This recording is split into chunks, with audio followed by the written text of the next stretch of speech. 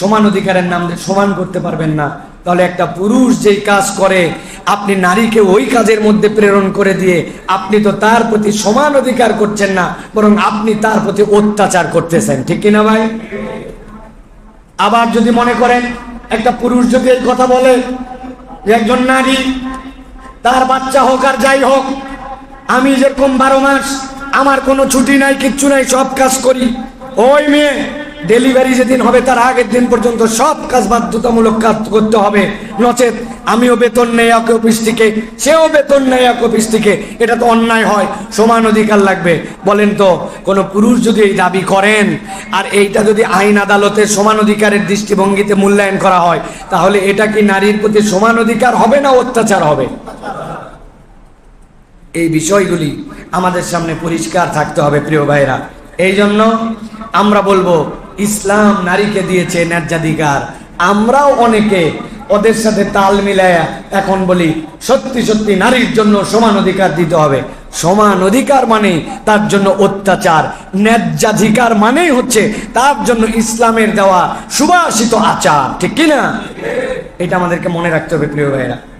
মনে রাখবেন, মুখস্থ করে রাখবেন, ইসলাম নারীকে মূলত 4টা অধিকার দিয়েছে। কয়টা? 4টা। 1 নম্বরে নারীর মানবিক অধিকার, হুকুকুল মারাতিল ইনসানিয়া। একজন নারী মানুষ হিসাবে তার যে অধিকার, এটা হচ্ছে তার মানবিক অধিকার। 2 নম্বর নারীর হচ্ছে ধর্মীয় অধিকার, হুকুকুল মারাতিদ দ্বীনিয়া। একটা মহিলা তার দ্বীনের অধিকার পাবে ইসলাম থেকে। 3 নম্বর নারীদের অর্থনৈতিক অধিকার, হুকুকুল মারাতিল ইকতিসাদিয়া। একজন নারীর অর্থনৈতিক অধিকার আছে। 4 নম্বর একজন নারীর ইস্তেমাহিয়া তথা একজন নারীর সামাজিক অধিকার আছে। তাহলে একটা অধিকার হচ্ছে মানবিক অধিকার, একটা হচ্ছে ধর্মীয় অধিকার, একটা হচ্ছে অর্থনৈতিক অধিকার, আর একটা হচ্ছে সামাজিক অধিকার।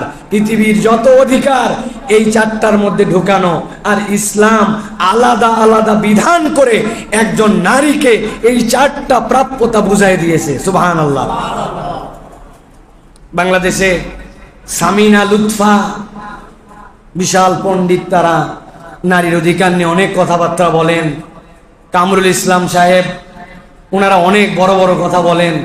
ওনারা বিশিষ্ট পণ্ডিত হয়ে গেছেন, ওনারা বিশিষ্ট বিশেষজ্ঞ হয়ে গেছেন। কি হলে বিশেষজ্ঞ হয় আমরা জানি না, তবে যতটুকু বুঝেছি বাংলাদেশে বিশেষজ্ঞ হওয়া যায় ইসলামের বিরুদ্ধে একটু ঘৃণা ছড়াতে হয়, মুসলমানদের বিরুদ্ধে একটু কথা বলতে হয়, একটু নারীবাদীর পক্ষে না বুঝে একটু উস্কাতে হয়, তাহলেই মনে করে বাপরে বাপ বিরাট জ্ঞানের আধার, এদের দ্বারা কিছু হবে। এটার প্রমাণ কি যদি জানতে চান তাহলে আমরা বলবো বাংলাদেশে শিক্ষা সংস্কার আমরা চাই। এই শিক্ষা সংস্কারের জন্য যে কমিটি হয়েছে ওই কমিটিতে বিশেষজ্ঞ, কি ভাই? হ্যাঁ, বিশেষজ্ঞ পরিষদের মধ্যে যারা এসেছেন তাদের মধ্যে এই সকল নামের লোকেরাও এসেছেন, যাদের সকল কিছু আমরা স্টাডি করে দেখেছি। তাদের একাডেমিক কেরিয়ার যায় না, তার থেকে বেশি তাদের ফেসবুক কেরিয়ার, তাদের পড়ালেখা গবেষণার যোগ্যতা যায় না, তার থেকে বেশি কিছু কিছু নারী অধিকার নিয়ে ইসলামকে ক্রিটিসাইজ করে তাদের মন্তব্য হচ্ছে তাদেরকে অনেকের থেকে আলাদা করে দিয়েছে। তারা বলছেন হজ নিয়ে ক্রিটিসাইজ করেন, তারা কুরবানি নিয়ে ক্রিটিসাইজ করেন, ইসলামের মৌলিক বিধান নিয়ে তারা মন্তব্য ছুড়ে দেন, ওলামায়ে কেরামকে কি তাদের অবদান বলে তাদেরকে ক্রিটিসাইজ করেন। নারীদের পর্দা করা, নারীদের অধিকার নিয়ে নানান ধরনের কথা বায়বীয়ভাবে তারা ছড়াই দেন, যেগুলোর একাডেমিক কোনো তাদের কাছে গ্রহণযোগ্য স্টাইলে মতামত দেওয়া নাই, অথবা বিপক্ষ মতামত দিলে সেটাকে তারা আমলে নেন না। কিন্তু তারা যেহেতু এইগুলা কথা বলে বেসছেন, এখন তাদের যোগ্যতা হচ্ছে তারা মুসলমানদের পাঠ্যপুস্তক সংস্কারের মধ্যে তাদেরকে ঢুকিয়ে দাও। আমাদের জিজ্ঞাসা, যেই লোক ইসলাম পছন্দ করে না, মুসলিমদেরকে পছন্দ করে না, ইসলামের দেওয়া নারীর অধিকারের কনসেপ্ট তার মাথার মধ্যে নাই, আপনি যত বড় বিশেষজ্ঞ আপনার লাইনে হন, আর যত বড় বিশেষজ্ঞ আপনি বিশ্ববিদ্যালয় পর্যায়ে হন, ইসলামী শিক্ষা তাহজিব তামাদ্দুনের ব্যাপারে আপনার ধ্যান ধারণা আমাদের কাছে পরিষ্কার। অতএব এইগুলা মানুষ দিয়ে আমাদের বাচ্চা কাচ্চার ইসলামী শিক্ষার সংস্কার হবে, এটা শয়তান বিশ্বাস করতে পারে, আমরা বিশ্বাস করি না। অতএব আমরা বলতে চাই, আপনারা আপনাদের জায়গায় আছেন, কোনোদিন আপনাদের সাথে আমাদের পায়ে পা লাগায়া ঝগড়াঝাটি করার দরকার নাই। আমরা কোনোদিন আপনাদের নামও নেই নাই, কোনোদিন মন্তব্যও করি নাই। কেননা আমরা দেখেছি একাডেমিক যোগ্যতা আপনাদের না থাকলে তখন আপনারা চোপার জোরে কথা বলেন। আপনাদের যদি যোগ্যতা থাকে তাহলে ইসলামের নারীর অধিকারে আপনার আপত্তির জায়গা কোথায়? অন্য কারো কাছে যেতে হবে না, আমার মতো ক্ষুদ্র লোকের কাছে আসেন, দেখি আমি আপনাকে বুঝাতে পারি কিনা। যদি না পারি আমার ওস্তাদ লেভেলের লোকের কাছে নিয়ে যাবে। তবে আল্লাহর উপর ভরসা করে বলতেছি, আপনি যত ডিগ্রিধারী হন আর যত পড়ালেখা হন আর ভাষাগত যত মারপ্যাচ দেন, ইনশাআল্লাহ কোরআন হাদিসের দৃষ্টিভঙ্গি, আধুনিক আইন, বিগত 200 বছরের নারীদের অধিকার পর্যালোচনা করে আপনাকে ইনশাআল্লাহ, আপনি যদি নিরপেক্ষ দৃষ্টিভঙ্গি নিয়ে বসেন, আপনাকে বুঝাতে সক্ষম হব। আপনার চেতনা ধারণা ভুল, আপনি ভুল দ্বারা প্রভাবিত। ইনশাআল্লাহ ইসলামের চেতনা আজকে সত্য, আগামী কিয়ামত পর্যন্ত এই চেতনা সত্য থাকবে। এটা আপনাকে আমি বুঝাই দিতে সক্ষম হব ইনশাআল্লাহ। বড় কারো কাছে যেতে হবে না। কিন্তু আপনারা এগুলা শুনবেন না, আপনি আপনার জায়গাতে। এবং খুব ইন্টারেস্টিং প্রশ্ন ছুড়ে দিবে, কই পুরুষরা ইমাম হয়, মেয়ে তো ইমাম হয় না, তাহলে ইসলাম কিভাবে নারীর অধিকার দিল? শুনে দারুণ লাগতেছে, আরে দারুণ কথা তো। আমি যদি উনাকে বলি আপনার বউ, আপনার সন্তানের বাচ্চা হয়, কেন আপনি বাচ্চা আপনার পেটে হয় না? আপনি বলবেন এটা কোনো কথা হলো? আমি বলবো এটাও তো কোনো কথা হলো না। যে আল্লাহ আপনাকে সৃষ্টি করেছেন, নারীর ইজ্জত দিয়েছেন, কোন জায়গার ইমামতি সে করতে পারবে সেটার দায়িত্ব তো আল্লাহ রাব্বুল আমিন দিয়েছেন। মুহাম্মদ মুস্তাফা সাল্লাল্লাহু আলাইহি সাল্লাম ম্যানেজার ছিলেন আর মালিক ছিলেন খাদিজাতুল কুবরা রাদিয়াল্লাহু তাআলা। ওই জায়গায় উনি মালিক, ওই জায়গায় উনি ইমাম, ওই জায়গায় পৃথিবীর শ্রেষ্ঠ ইমাম মুহাম্মদ সাল্লাল্লাহু আলাইহি সাল্লাম ম্যানেজারের দায়িত্ব পালন করেছেন। অতএব মুহাম্মদ সাল্লাল্লাহু আলাইহি সাল্লাম একজন নারীর নেতৃত্ব মেনেছিলেন, কিন্তু তার জায়গা আছে। ইসলাম জায়গা মতো তার অধিকার দিয়েছে। আপনি সমান অধিকারের নামে মূলত নারীদের ন্যায্যাধিকার প্রলম্বিত করতে চান, আপনার বুঝের জায়গা ক্লিয়ার নয়, ঠিক কিনা? আল্লাহ রাব্বুল আলামিনের কাছে কৃতজ্ঞ হচ্ছি যে আল্লাহ রাব্বুল আলামিন আমাদেরকে সাইয়্যিদুল আইয়াম জুমার দিনে আল্লাহ রাব্বুল আলামিনের ঘরে এরকম বৃষ্টি বাদলকে উপেক্ষা করে মসজিদ ভরায় আগে ভাগে সকলকে আসার তৌফিক দান করেছেন। এই জন্য আল্লাহর কাছে কৃতজ্ঞ হচ্ছি, পড়ছি আলহামদুলিল্লাহ। দরুদ এবং সালাম আপনার আমার প্রিয় রাসূল জনাবে মুহাম্মদুর রাসূলুল্লাহ সাল্লাল্লাহু আলাইহি ওয়াসাল্লামের প্রতি। সম্মানিত হাজিরিন, বেশ কিছুদিন ধরেই শারীরিকভাবে একটু শরীরটা খারাপ যাচ্ছে। আর আল্লাহ রাব্বুল আলামিনের পরীক্ষা, সারা মাস বছরই তো আমরা কথা বলি, কিন্তু কণ্ঠের যে কষ্ট, এই কষ্টটা বেশ কিছুদিন ধরে আমাকে ভোগাচ্ছে। আপনাদের কাছে দোয়া চাই যেন আমাদের আল্লাহ রাব্বুল আলামিন আমাদের এই গলাকে, এই কণ্ঠকে যেন আল্লাহর দ্বীনের জন্য, আল্লাহর কথা বলার জন্য আল্লাহ যেন সুস্থ করে দেন। ডাক্তারের পরামর্শ 48 ঘন্টা রোজা রাখা, আমার কণ্ঠের রোজা। কিন্তু বিগত 48 ঘন্টায় আমি যে পরিমাণ প্রোগ্রামে গেছি এবং কথা বলছি, অনেক সময় 7 দিনেও এত কথা বলতে হয় না। তো আমি চেষ্টা করব আপনাদের কাছে আস্তে আস্তে হয়তো একটু স্বাভাবিক হবে, নির্ধারিত একটি বিষয়ে কিছু কথা বলার জন্য। বিষয়গুলি মাথার মধ্যে আপনাদেরকে নিতে হবে। আপনারা জানেন ইসলাম বিদ্বেষ, মুসলিম বিদ্বেষ এবং ইসলামের বিধিবিধান যত দিক দিয়ে ক্রিটিসাইজ করা যায়, এই ক্রিটিসাইজের অন্যতম একটা জায়গা হচ্ছে নারীর অধিকার নিয়ে একদল সরব, গরম, এবং সেখানে তারা ইসলামকে প্রতিপক্ষ বানায়। কিন্তু আমরা আশ্চর্য হয়েও দেখতে পাই এই মানুষগুলো দ্বিমুখী চরিত্রে নিজেদেরকে রূপান্তর করে। দ্বিমুখীটা কিরকম? ইসলামের সাথে সামঞ্জস্য করে নারীর স্বাধীনতার জয়গান গায়, কিন্তু নারী আবার যেখানে আক্রান্ত হয় সেখানে এই সকল নারীর অধিকার আন্দোলনের কর্মীদেরকে খুঁজে পাওয়া যায় না।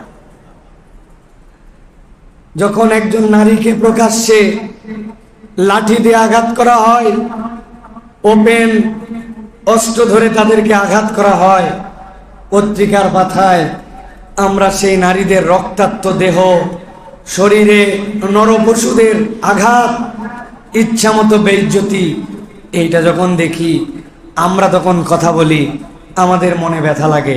কিন্তু ওই নারীবাদী ফেমিনিস্টদেরকে তখন আর খুঁজে পাওয়া যায় না, তারা কথা বলে না। কিন্তু যেখানে ইসলামের বিধিবিধান, ইসলামের পর্দা, ইসলামের নিয়ম কানুনের কথা আসে, ওই জায়গায় তারা নিজেদের স্বাধীনতার গন্ধ খুঁজে পায়। তখন ওই মানুষগুলা বড় বড় ডায়লগ মারে, বড় বড় কথা বলে। এই দ্বিমুখিতা, এই দ্বিচারিতা আমাদের জাতির শিক্ষিত নামের একদল মানুষ, যাদের ব্রেনের মধ্যে আমরা মনে করি শিক্ষা ঢুকেছে, কিন্তু আমরা দেখি আসলে এদের মধ্যে শিক্ষা ঢুকে নাই। এরা শিক্ষিত নামে কুশিক্ষিত একদল ইসলামের প্রতি দুশ্মন মনোভাবাপন্ন মানুষ। এরা হাজার অন্যায় হবে, হাজার নির্যাতন হবে, এটা নিয়ে কথা নাই, এটা নিয়ে সিম্প্যাথি নাই। একজন মানুষ চোখের মধ্যে 8টা 10টা গুলি খেয়ে দৃষ্টিহারা, এইটা নিয়ে তাদের তেমন কোনো বক্তব্য নাই। আমাদের অধিকার নাই, আমরা আমাদের রাইটস অনুযায়ী কথা বলতে পারি না, এটা নিয়ে তারা কথা বলে না। কিন্তু দেখবেন জাতীয় সঙ্গীত নিয়ে যখন বিভিন্ন মহল থেকে কথা ওঠে, বিভিন্ন ধরনের বক্তব্য আছে, তখন তারা আবেগে কেন্দ্রে দেয়। এই ধরনের ভেকধারী আবেগী আমাদের দেশে এখন অনেক বেড়ে গেছে, ঠিক কিনা? প্রিয় ভাইয়েরা, মূলত প্রেক্ষাপট বললাম। আজকে যে বিষয়ে কথা বলবো এটা একাডেমিক কথা। ইসলামে নারীদের জন্য কি অধিকার দেয়া হয়েছে, এটা আমাদের অন দা রেকর্ড সকলের কাছে যাওয়া উচিত। অনেক দৃষ্টিভঙ্গিতে আলোচনা আছে, এই আলোচনার অনেক লেয়ার আছে, কিন্তু আমি আজকে 4টা লেয়ারে খুবই সংক্ষিপ্তভাবে শেষ করে দেওয়ার জন্য চেষ্টা করব। কিন্তু অনুরোধ, এই কথাগুলি নিজেদের হৃদয়ে ধারণ করা, নিজেদের ইমানে প্রবেশ করানো এবং এই বার্তাগুলি ছড়িয়ে দেওয়া আমাদের জন্য দায়িত্ব। আল্লাহ রাব্বুল আলামিন কুরআনুল কারীমের সূরা নিসা 4 নম্বর সূরার 1 নম্বর আয়াত, যে আয়াতে কারিমা ছাড়া আল্লাহ নবী কোনো খুতবা দিতেন না, কোনো বক্তব্য শুরু করতেন না। আল্লাহ নবীর কি জুমার খুতবা, কি ঈদের খুতবা, কি বিবাহের খুতবা, কি জিহাদের খুতবা, আল্লাহ নবীর খুতবা মানে এই আয়াত কোনো না কোনো ভাবে এসেছে। তাহলে কত গুরুত্বপূর্ণ বিষয়, সেটার মধ্যে আল্লাহ রাব্বুল আলামিন বলছেন, ইয়া আইয়ুহান নাসুত্তাকু রাব্বাকুমুল্লাযী খালাকাকুম মিন নাফসিন ওয়াহিদা। হে দুনিয়ার মানুষ, তোমরা আল্লাহকে ভয় করো। ওই আল্লাহ যিনি তোমাদেরকে এক নফস থেকে, এক আত্মা থেকে তোমাদেরকে সৃষ্টি করেছেন। আল্লাহ রাব্বুল আলামিন বলেছেন, ওয়া খালাকা মিনহা যাওজাহা ওয়া বাসসা মিনহুমা রিজালান কাসীরান ওয়া নিসা। আর সেখান থেকেই তোমাদের স্ত্রীদেরকে সৃষ্টি করা হয়েছে, অসংখ্য পুরুষ, অসংখ্য নারীকে তোমাদের জন্য সৃষ্টি করা হয়েছে। আল্লাহ বলছেন, ওয়াত্তাকুল্লাহ আল্লাযী তাসাআলুনা বিহি ওয়াল আরহাম। যে বিষয়ে তোমাদেরকে জিজ্ঞাসা করা হবে, ভ্রূণের বিষয়ে জিজ্ঞাসা করা হবে, তোমাদের জন্মের বিষয়ে জিজ্ঞাসা করা হবে, তাসাআলুনা বিহি ওয়াল আরহাম। আল্লাহ এই বিষয়ে তোমাদেরকে জিজ্ঞাসা করবেন, এই বিষয়ে তোমরা আল্লাহকে ভয় করো। ইন্নাল্লাহা কানা আলাইকুম রাকিবা। আল্লাহ তোমাদের ব্যাপারে সংরক্ষক, তোমাদের ব্যাপারে আল্লাহ হিসাব নেবেন। রব্বুল আলামিন বলছেন, বান্দারা এই বিষয়টার উপরে সব সময় মনে রেখে তোমার জীবন চালাও। তাহলে একটু যদি আমরা ঠান্ডা মাথায় চিন্তা করি, কোরআনের সবচেয়ে আদর্শিক, সবচেয়ে কঠিনতম নির্দেশনা, আল্লাহ আপনাকে আমাকে এক জায়গাতে সৃষ্টি করার পরে নারী পুরুষ, আপনার আমার স্ত্রী সন্তান যে বৈচিত্র্য দান করেছে, আল্লাহ বলছেন এটা আল্লাহর সৃষ্টি, এ বিষয়ে তোমরা জিজ্ঞাসিত হবে। অতএব এ বিষয়ে তোমরা আল্লাহকে ভয় করো, আল্লাহকে এ বিষয়ে তোমরা ভয় করো। আমরা যদি বিশ্বের ইতিহাসের দিকে তাকাই, বিশ্বাস করেন, পৃথিবীর ইতিহাস সাক্ষ্য দিচ্ছে নবীজি সাল্লাল্লাহু আলাইহি ওয়াসাল্লামের আসার আগে দুনিয়াবাসীর এর উপরে কোনো ধারণাই ছিল না। মানুষের অধিকার, মানবতার অধিকার, নারী পুরুষের অধিকার, গর্ভের সন্তান এখনো দুনিয়ায় আসেনি, তার কি অধিকার, এ বিষয়ে দুনিয়াবাসীর কোনো ধারণাই ছিল না। ইসলাম এই ধারণা মানুষের কাছে উপস্থাপন করেছে। সভ্যতার দাবিদার ইহুদি খ্রিস্টানদের সম্পদে নারীর কোনো অধিকার নাই। সভ্যতার দাবিদার, তারা সভ্যতার ধারক বাহক, তারা আমাদেরকে সভ্যতা শেখায়, আধুনিকতা শেখায়। তাদের সম্পদে তাদের কোনো ধারণাই নাই নারীদের সম্পদে অধিকারের। সম্পত্তি বংশ অতিক্রম করে যাবে, সেটা পুরুষ দিয়ে যাবে, কখনো নারীর দিকে ধাবিত হবে না।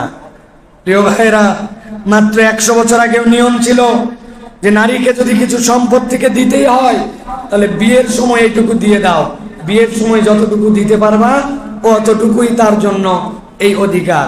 আজকের দুনিয়াতে যে যৌতুক প্রথা বাপের থেকে নারীর জন্য দিতে হয়, এটা মুসলমানি কালচার নয়।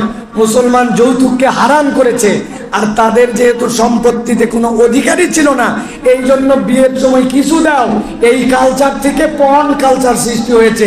এই বাজে নিয়মের তৈরি, ইসলাম নয়, এই বাজে নিয়ম তৈরি করেছে ইসলাম ছাড়া যত জাতিগোষ্ঠী। 1848 খ্রিস্টাব্দে প্রথম নিউ ইয়র্ক স্টেটে, 1848, 1948, আর এইদিকে 60, 160 বছর আগে নিউ ইয়র্ক স্টেটে তারা প্রথম the marriage women's property act pass করা হয়। এটা আইন করা হয়, ধর্মের নয়।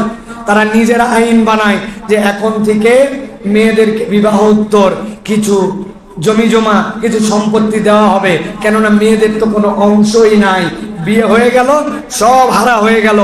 এটা ছিল তাদের অধিকারের অংশ। যারা আজকে ইসলাম এবং মুসলমানদেরকে নারীর অধিকার শিখায় যে আদর্শ থেকে, এটা তাদের অংশ। ভালো করে খেয়াল করেন। অথচ আল্লাহ রাব্বুল আলামিন আপনার আমার জন্য কি বলছেন? আল্লাহ রাব্বুল আলামিন বলছেন, দুনিয়ার মানুষ ভালো করে বোঝো, আল্লাহ রাব্বুল আলামিন পুরুষের অধিকার দিয়েছেন, নারীর অধিকার দিয়েছেন, এটি আলাদা আলাদা। ইসলাম বলছে ইসলামের সমান অধিকার নামে কোনো কনসেপ্ট নাই। ইসলামের অধিকারের নাম হচ্ছে ন্যায্যাধিকার। বলেন কি অধিকার? মুখস্থ করতে হবে। ওরা যেখানেই বলবে সমান অধিকার, আপনি বুঝবেন এর দ্বারা তারা ইসলামকে ক্রিটিসাইজ করতে চায়। তারা প্রাক্তন সেই মতবাদ, যে আদর্শে কোনো নারীর অধিকার ছিল না, ওই অধিকারের বোঝা আমাদের উপরে চাপাই দিতে চায়। এই জন্য আমরা বলবো, অতি ফেমিনিস্ট হয়েন না, অতি নারীবাদী হয়েন না। ইসলাম নারীকে যে পর্যন্ত দিয়েছে ওর পর্যন্ত থাকলে নারীর ইজ্জত বাড়বে, আর এর থেকে বাড়াতে চাইলে আপনি আপনার অধিকার হারা হবেন। এই জন্য ইসলাম নারীকে সমান অধিকার দেয় নাই, ইসলাম নারীকে দিয়েছে ন্যায্যাধিকার। কি অধিকার? ভালো করে বোঝেন। আল্লাহ রাব্বুল আলামিন নারী পুরুষকে পার্থক্য দিয়ে সৃষ্টি করেছেন। এটা শারীরিক, মানসিক, গাঠনিক, চারিত্রিক। শারীরিক, মানসিক, গাঠনিক, চারিত্রিক, 4টা ক্ষেত্রে পার্থক্য আছে। আপনি যদি এখন এই 4টা ক্ষেত্রকে বিবেচনা না করে আপনি মনে করেন আমি এইগুলার মধ্যে সমান অধিকার দিব, বিপদটা কেমন হবে একটা উদাহরণ দেই। ঢাকা মেডিকেলে প্রসূতি ওয়ার্ড আছে, যেখানে একটা মেয়ের প্রেগন্যান্সির পরবর্তী পিরিয়ড, পরবর্তী বাচ্চা প্রসব এবং এই সংক্রান্ত বিষয় সেখানে দেখভাল করা হয়, আলাদা ওয়ার্ড। আরেকটা ওয়ার্ড পাশে আছে সার্জারি ওয়ার্ড। আপনি গেছেন আহত হয়ে, আপনাকে ট্রিটমেন্ট করা হয়েছে, সার্জারি দেওয়া হয়েছে। এখন আপনি সমান অধিকার যদি বলেন, তাহলে নারীর জন্যই তো সমান অধিকার না। আপনি সমাজের মধ্যে আপনি বিভিন্নতা, বৈষম্য সৃষ্টি করতেছেন। আমি একজন পুরুষ, আমিও বলবো সমান অধিকার। সমান অধিকারে কোনো লেবার ওয়ার্ড থাকা চলবে না, সার্জারি ওয়ার্ড থাকা চলবে না। যেখানে নারীর প্রসূতি, ওইখানে একজন পুরুষ চাইলে বেড ফাঁকা আছে, শুয়ে পড়বে। বলেন তো, এটা কি নারীর জন্য সমান অধিকার, নাকি এটা নারীর জন্য একটা অত্যাচার? তাহলে আপনি সমান অধিকার কেন বলতেছেন? আপনি ন্যায্যাধিকারের কথা কেন বলতেছেন না? শারীরিক গাঠনিক ভাবে একটা মহিলা কোমল হয়, চারিত্রিক ভাবে আল্লাহ রাব্বুল আলামিন তার মধ্যে পুরুষের থেকে স্ট্রেংথ কম দিয়েছেন। এটা আপনি তো চাইলেই সমান অধিকারের